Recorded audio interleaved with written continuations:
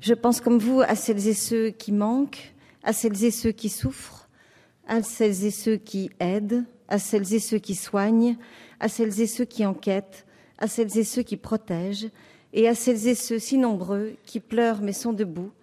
En cette période de deuil national, il est de notre responsabilité de poursuivre tout de même notre action de parlementaire, particulièrement en faveur des plus fragiles. Mais mes premiers mots iront bien sûr au soutien aux victimes des atrocités qui se sont déroulées à Paris et en région parisienne, ainsi qu'à leurs proches. Notre émotion est immense et notre unité précieuse. Je tiens aussi à saluer le courage des nombreuses personnes qui ont contribué aux opérations médicales et de sécurité.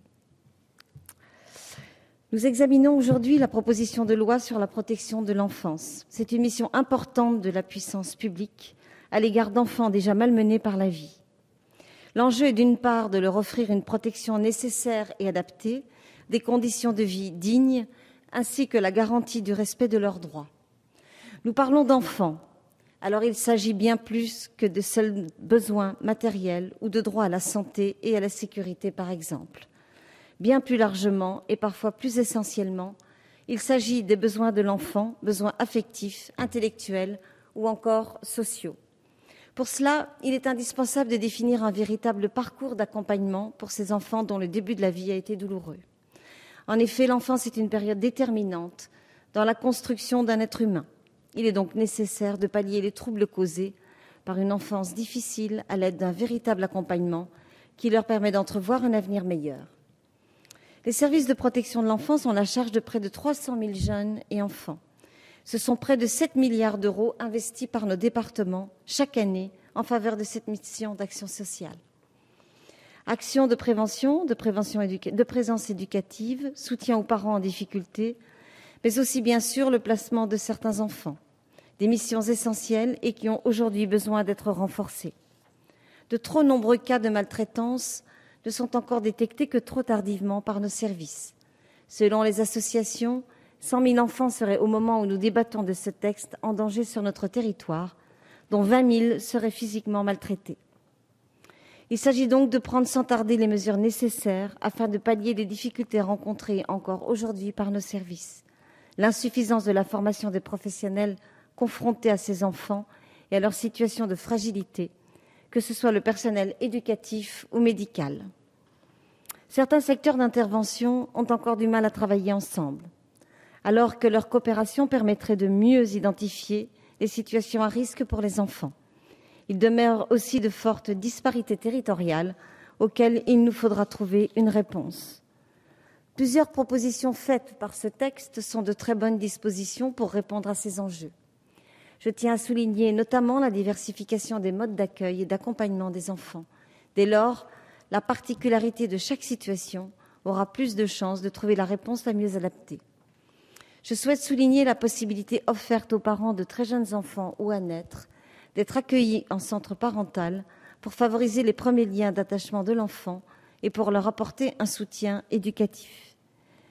L'accompagnement des parents, parfois démunis face à la tâche éducative, est une très bonne mesure. Les écologistes sont très sensibles à l'aide à la parentalité, car la protection de l'enfant commence bien avant les constats alarmants de dysfonctionnement. Il faudrait encore mentionner le développement de la possibilité d'accueil d'un enfant pris en charge par l'aide sociale à l'enfance par un tiers à titre bénévole, si c'est l'intérêt de l'enfant. La mention de ces dispositions introduites par la rapporteure est l'occasion de saluer son travail sur ce texte. Aussi, le suivi de l'enfant et de sa mère ayant d'abord accouché dans le secret avant de se rétracter est également une disposition de bon sens, protectrice pour l'enfant et rassurante pour la mère. Nous espérons et veillerons à ce que les moyens alloués à l'application de cette mesure soient suffisants dans les faits. Mais la protection de l'enfance recouvre aussi le suivi des enfants jusqu'à l'âge adulte. La stabilisation des parcours scolaires et universitaires, ainsi que l'accompagnement des mineurs vers l'autonomie pour favoriser leur insertion sociale, est une mission incontournable pour garantir notre cohésion sociale à l'égard de ces jeunes déjà fragilisés par la vie. Enfin, le travail parlementaire a permis d'avancer utilement sur la question controversée des tests osseux sur les mineurs étrangers. Un amendement de notre collègue Jeanine Dubié et sous-amendé par la rapporteure a permis d'encadrer très fortement le recours à cette pratique et nous nous en félicitons. En effet, ils ne seront plus possibles que sur décision de l'autorité judiciaire et sur l'accord de l'intéressé. De plus, sont introduites l'obligation de préciser les marges d'erreur de ce test et l'affirmation du bénéfice du doute en faveur du jeune. Toutefois, au regard des questions éthiques posées par ces techniques, par ailleurs coûteuses et peu fiables du point de vue de la capacité à déterminer l'âge réel des gens concernés, mon collègue Sergio Coronado proposera par amendement d'écarter totalement le recours à ce test. Vous l'aurez compris, nous abordons l'examen de ce texte avec le sérieux requis par un sujet aussi important et délicat. Je vous remercie.